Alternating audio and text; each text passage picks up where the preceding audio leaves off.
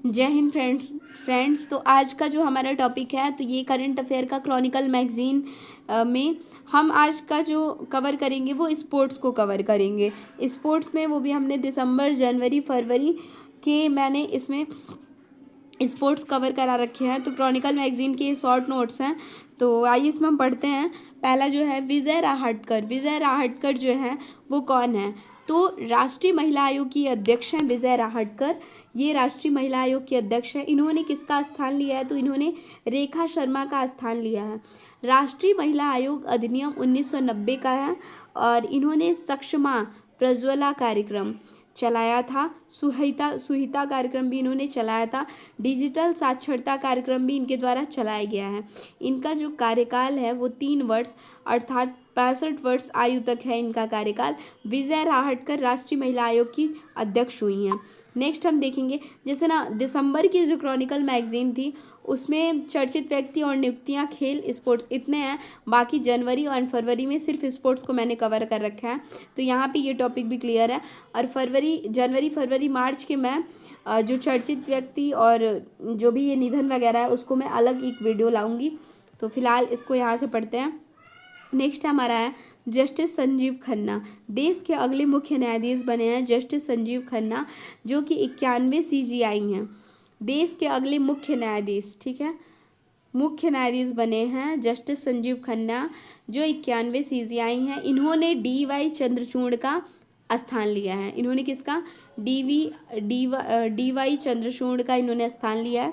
दिया मिर्जा क्या की हैं? तो all living things environmental film festival के 2024 के संस्करण के लिए जूरी की सदस्य बनी हैं। और इनका जो फिल्म आया है वो जलवायु परिवर्तन पर है, ठीक है। दिया मिर्जा जो हैं ये all living things environmental film festival में ये जो है जूरी की सदस्य बनी हैं और इनका जो फिल्म आया है वो जलवायु परिवर्तन पर आया है। अविरल जैन RBI के नए कार्यकारी निदेशक बने हैं। अविरल जैन। नोएल टाटा जो है रतन टाटा के उत्तराधिकारी बने हैं। भारतीय तटरक्षक बल के नए प्रमुख हैं एस परमीज, जो कि 26वें हैं। भारतीय तटरक्षक बल के नए प्रमुख एस परमीज, जो कि 26वें हैं। नेपाल के राष्ट्रपति बने हैं रामचंद्र पौडेल। प्रकाश मान सिंह रावत जो है यहाँ के मुख्य न्यायाधीश हैं। देखिए इंपॉर्टेंट है, नेपाल के राष्ट्रपति कौन है? रामचंद्र पौडेल। प्रकाश मान सिंह राउत जो है यहाँ के मुख्य न्यायाधीश हैं। विशंबर प्रसाद श्रेष्ठ का इन्होंने स्थान लिया है। पार्थ प्रतिम सेन गुप्ता बंधन बैंक के ये MD एंड CEO बने हैं। पार्थ प्रतिम सेन गुप्ता। मनोज कुमार दुबे भारतीय रेल वित्त निगम के ये बने हैं। मनोज कुमार दुबे। निधन किसका किसका हुआ है वो एक बार देख लेते हैं। रतन टाटा 9 अक्टूबर देखिए PCS एग्ज़ाम में जितने भी निधन थे उनका मतलब मंथ वाइज पूछा था, तो यहाँ पे जितने निधन हैं, जो नियुक्तियाँ हैं, उसको मंथ वाइज भी थोड़ा माइंड में रखेंगे किस मंथ में कैसे हुआ है। रतन टाटा जो है वो 9 अक्टूबर 2024 को मुंबई में इनका निधन हुआ है, जो कि 86 वर्ष की आयु में इनका निधन हुआ है। डॉक्टर P वेणुगोपाल पहले हृदय प्रत्यारोपण किया था इन्होंने 82 वर्ष की आयु में। 50,000 से अधिक शल्य चिकित्सा इन्होंने कर रखा है। सबसे मोस्ट इम्पॉर्टेंट फेवरेट टॉपिक है ये करंट अफेयर का, जिससे एक क्वेश्चन तो आने तय ही होते हैं, नोबेल अवार्ड। तो नोबेल अवार्ड हम देखेंगे। नोबेल पुरस्कार 2024 के। नोबेल पुरस्कार 1901 में स्टार्ट हुआ था। पहले हम देखेंगे फिजियोलॉजी चिकित्सा पे ये जो अवार्ड है किसको दिया गया है? विक्टर एम्ब्रोस और गैरी रुवकुन को। USA की हैं, mRNA पे इनको दिया गया था। विक्टर एम्ब्रोस और रुवकुन ये USA के दोनों ही हैं। थोड़ा सा हम यहाँ कनेक्ट करके चीज़ें भी याद कर लेंगे कि फिजियोलॉजी चिकित्सा का, ऐसे फिजियोलॉजी हटाइए, ये पूछेगा चिकित्सा का नोबेल अवार्ड किसको दिया गया है? तो विक्टर एम्ब्रोस को और गैरी रुवकुन को, ठीक है। तो देखिए गैरी हैं, तो जब भी चिकित्सा कराने अगर कोई जाता है, बाय द वे किसी की तबीयत खराब हो जाती है और कभी किसी को चिकित्सा ले जाना पड़े, हॉस्पिटल ले जाना पड़े, तो हम पहले किसको बुलाते हैं? तो एम्बुलेंस को बुलाते हैं। एम्ब्रोस से थोड़ा सा साउंड आ रहा है एम्बुलेंस का, तो एम्ब्रोस से एम्बुलेंस, तो विक्टर एम्ब्रोस को किसी गैर इंसान को अपने साथ में, मतलब भाई कहीं एक्सीडेंट हो गया तो वो वहाँ तो ज़रूरी नहीं कोई अपना ही बैठे, गैर इंसान ही बैठता है। तो गैरी रूवकुन जो कि यूएसए की हैं। चिकित्सा का हो गया। भौतिक विज्ञान का, फिजिक्स का जो नोबेल अवार्ड है वो दिया गया है जॉन जे हॉपफील्ड को। जॉन जे हॉपफील्ड को, इनका भी संबंध यूएसए से है। कृत्रिम तंत्रिका नेटवर्क के विकास में सांख्यिकी, जेफी ई हिंटन को, ये ब्रिटिश के हैं। तो भौतिक, फिजिक्स ऐसा सब्जेक्ट है जिसको पढ़ने में लोग हाफ जाते हैं, ऐसा लगता है कि वो फील्ड से दौड़ के आ रहे हैं। तो हाफ और फील्ड, जॉन जे हॉपफील्ड, मतलब फिजिक्स ऐसा सब्जेक्ट होता है जिसको पढ़ने में लोग हाफ जाते हैं, ऐसा लगता है कि फील्ड से दौड़ के आ रहे हैं। और जेफरी ई हिंटन, उसके बाद वो, मतलब अगर फिजिक्स जो इंसान पढ़ लेता है ना अच्छे से, वो एकदम हिटलर हो जाता है या फिर टनाटन बोलने लगता है। तो हिंटन या फिर हिटलर ऐसे रिलेट कर लीजिए। केमिस्ट्री का किसको दिया गया है? केमिस्ट्री का दिया गया है डेविड बेकर को, जो कि यूएसए के हैं, और ये कम्प्यूटेशनल प्रोटीन डिज़ाइन के लिए दिया गया है। केमिस्ट्री, केमिस्ट्री एकदम बेकार सब्जेक्ट है, तो डेविड बेकर, केमिस्ट्री एकदम बेकार सब्जेक्ट है और ये डेविड बेकर को दिया गया है ऐसे। रसायन विज्ञान, रसायन विज्ञान का किसे दिया गया है? तो हेमिस हसाबिस को और जॉन एम जम्फर को, जो कि यूएसए के हैं। प्रोटीन संरचना भविष्यवाणी के लिए, तो रसायन विज्ञान का किसे दिया गया? हेमिस हसाबिस को, हेमिस हसाबिस को। Sorry I am really sorry. Chemistry अर्थात रसायन विज्ञान, इसमें जो अवार्ड दिए गए हैं 3 लोगों को दिए गए हैं, डेविड बेकर को, हेमिस हसाबिस को, जॉन एम जम्फर को। तो केमिस्ट्री कैसा है? केमिस्ट्री बहुत बेकार सब्जेक्ट है। केमिस्ट्री अगर कोई पढ़े, उसे पढ़ने नहीं आता है तो लोग उस पर हंसते हैं, ठीक है। हेमिस हसाबिस, लोग उस पर हंसते हैं। और केमिस्ट्री लोग नहीं पढ़ना चाहते हैं, इसलिए जानबूझ के जंप कर देते हैं। तो जॉन एम जम्फर, 3 याद हो गए। कमिश्नल प्रोटीन डिज़ाइन के लिए डेविड बेकर को, और इन दोनों लोगों को प्रोटीन संरचना की भविष्यवाणी के लिए। साहित्य का किसे दिया गया है? तो हांगकांग, दक्षिण कोरियाई लेखक। आजकल साहित्य तो हांगकांग में भी पढ़े जाते हैं, ऐसे याद कर लेते हैं। शांति का किसे दिया गया है? निहोन हिंडाक्यो, जो कि एक जापानी संगठन है, ठीक है। और परमाणु हथियारों से मुक्त विश्व। अर्थशास्त्र का किसे दिया गया है? अर्थशास्त्र का दिया गया है डेरॉन एस मोंगलू और दूसरा साइमन जॉनसन। किसको किसको दिया गया है? तो डेरॉन एस मोंगलू, साइमन जॉनसन और जेम ए रॉबिन्सन, 3 लोगों को दिया गया है। अर्थशास्त्र पढ़ने से डर लगता है, ऐसा लगता है कि अर्थशास्त्र को साइमन कमीशन का लोग पढ़ा रहा है, साइमन जॉनसन। और अर्थशास्त्र ऐसा विषय है जो सिर्फ अंग्रेजों अर्थात रॉबिन्सन को ही समझ में आता है, जेम्स ए रॉबिन्सन। नेक्स्ट है 70वां राष्ट्रीय film award, Dada Saheb Phalke award 2022 Mithun Chakraborty को। सर्वश्रेष्ठ फीचर फिल्म आट्टम, सर्वश्रेष्ठ अभिनेता ऋषभ शेट्टी, अभिनेत्री नित्या मेनन, मानसी पारेख। एस सोमनाथ IAE विश्व अंतरिक्ष अवार्ड चंद्रयान 3, 23 अगस्त अंतरिक्ष दिवस पर। मतलब विश्व अंतरिक्ष अवार्ड अगर देखें तो एस सोमनाथ को दिया गया है। युद्धाभ्यास काजिंद 13 अक्टूबर 2024 को, 13 अक्टूबर 2024 को इंडिया कजाकिस्तान में काजिंद, उत्तराखंड के औली में 8वां संस्करण है ये। काजिंद जो है इंडिया व कजाकिस्तान, और हुआ कहाँ था? तो उत्तराखंड के औली में, और ये 8वां संस्करण था, और ये 30 सितंबर से 13 अक्टूबर 2024 तक हुआ है। बहुराष्ट्रीय समुद्री अभ्यास दक्षिण अफ्रीका के साइमन टाउन में आयोजन हुआ था इसका। IBSMR 8वां संस्करण था, और इंडिया, ब्राज़ील, दक्षिण अफ्रीका, इन 3 कंट्री है बहुराष्ट्रीय। अभ्यास सागर कवच भारतीय तटरक्षक बल के द्वारा अक्टूबर 16 अक्टूबर से 17 अक्टूबर तक ये हुआ था। अभ्यास सागर कवच भारतीय तटरक्षक बल के द्वारा। नसीम अल बहर जो है वो गोवा के तट पे हुआ था। नसीम अल बहर कहाँ हुआ था? तो नसीम अल बहर गोवा के तट पर, इंडिया व ओमान का है ये। INS त्रिकंद और डॉर्नियर ने इसमें पार्टिसिपेट किया था। मालाबार 2024, 18 अक्टूबर 2024 को ये हुआ था Malabar. USA plus India plus Australia and Japan, quad के जो मेंबर हैं, क्वाड के मेंबर ही मालाबार में हैं। अर्थात क्वाड में USA, India, Australia and Japan है। ऐसे ही मालाबार युद्धाभ्यास में भी USA, India, Australia and Japan है। इसका 28वां संस्करण था। ये 1992 से स्टार्ट हुआ था। इंडिया जो है यूएसए द्विपक्षीय युद्धाभ्यास में स्टार्ट हुई थी। वर्तमान में ये बहुराष्ट्रीय युद्धाभ्यास हो गया है। सिम्बैक्स 2024 इंडिया एंड सिंगापुर का ये जो है अभ्यास है। 23 से लेकर 29 अक्टूबर 2024 तक में हुआ है ये, और 31वां संस्करण था। याद रखेंगे 31वां संस्करण था। पहला चरण विशाखापत्तनम में एंड सेकंड बंगाल की खाड़ी में। इसमें देखेंगे खेल स्पोर्ट्स, भारत ने जीता, मतलब दिसंबर का स्पोर्ट्स यहाँ से शुरू होता है। भारत ने जीता SAF अंडर-17 का खिताब फुटबॉल में बांग्लादेश को हराकर। टेनिस जो है वो राफेल नडाल 38 वर्ष में संन्यास की घोषणा की। न्यूजीलैंड के ICC महिला T20 क्रिकेट विश्व कप विजेता दक्षिण अफ्रीका पराजित हुआ इसमें। रविचंद्रन अश्विन सर्वाधिक विकेट लेने वाले गेंदबाज हैं। मैथ्यू वेड ने की क्रिकेट संन्यास की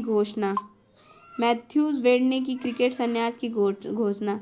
badminton, Bendigo international challenge badminton tournament Australia में खेला गया था। बेंडिगो कहाँ खेला गया था? ऑस्ट्रेलिया में।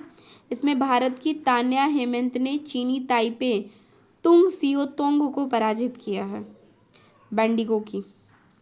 Table tennis, ITTF Asian table tennis championship 2024, आयोजन इसका कजाकिस्तान के अस्ताना में हुआ है। भारत की फर्स्ट महिला युगल जोड़ी अयहिका मुखर्जी और Sutirtha Mukherjee table tennis championship में 2024 में हुआ था। आयोजन कजाकिस्तान के अस्ताना में। निशानेबाजी, ISSE जूनियर विश्व चैंपियनशिप 2024 पेरू की राजधानी लीमा में हुआ था। भारत जो है ये शीर्ष स्थान पे है, 13 गोल्ड, 3 सिल्वर और 8 ब्रॉन्ज। सोंगहे सिंगापुर ओपन 2024 पंकज जांडवाड़ी। अब हम देखेंगे जनवरी 2025 की क्रॉनिकल खेल एंड स्पोर्ट्स। इसमें क्रिकेट से एक वर्ष में 3 T20 शतक लगाने वाले फर्स्ट क्रिकेटर संजू सैमसन बने हैं। दक्षिण अफ्रीका के खिलाफ विश्व के फर्स्ट बल्लेबाज ये हैं। रिद्धिमान शाह द्वारा संन्यास लिया गया क्रिकेट से। हॉकी का आप देखेंगे एशिया महिला हॉकी चैंपियनशिप ट्रॉफी 2024 राजगीर में ये हुआ था और भारतीय टीम विजेता रही। चीन उप विजेता, लगातार दूसरी बार जीतने वाली टीम है। कौन? भारतीय टीम। और शीर्ष गोल स्कोरर कौन बनी है? तो ये दीपिका बनी है। FIH hockey star award Harmanpreet Singh, player of the year Harmanpreet Singh और श्रीजेश को गोलकीपर ऑफ द ईयर मिला है। हॉकी इंडिया का शताब्दी वर्ष ग्वालियर MP 7 नवंबर 1975 को ये शताब्दी वर्ष, मतलब इस स्थापना कब हुई थी? 7 नवंबर 1925 को। 7 नवंबर 1925 को हॉकी इंडिया का शताब्दी वर्ष ग्वालियर MP में इसका मतलब हुआ है। आयोजन भारतीय हॉकी ने 100 वर्ष पूरा होने की खुशी में किया है। शतरंज पे मैग्नस कार्लसन ने जीता ब्लिट्स खिताब कोलकाता में। टेनिस से कोको गॉफ ने पहली बार WTA फाइनल खिताब जीता। रियाद सऊदी अरब के अमेरिका के कोको गॉफ थे। ये आयोजन कहाँ हुआ था? रियाद सऊदी अरब में। और अमेरिकी जो थे कोको गॉफ ने पहली बार WTA फाइनल खिताब जीता। हरमीत देसाई ने वेनेजुएला में WWT फीडर्स कार्कस में दोहरा खिताब जीता। फीडर्स कार्कस में दोहरा खिताब किसने जीता है? हरमीत देसाई ने, जो कि वेनेजुएला में है। कुश्ती अंडर-23 विश्व कुश्ती चैंपियनशिप 2024 में इंडिया 9 पदक जीता है। अल्बानिया तिराना, भारत की चिराग चिकारा 57 किग्रा वर्ग की विजेता बने हैं। नेक्स्ट हम इसमें देखते हैं वन लाइनर। रांची के मोरहाबादी मैदान में झारखंड के 14वें मुख्यमंत्री हेमंत सोरेन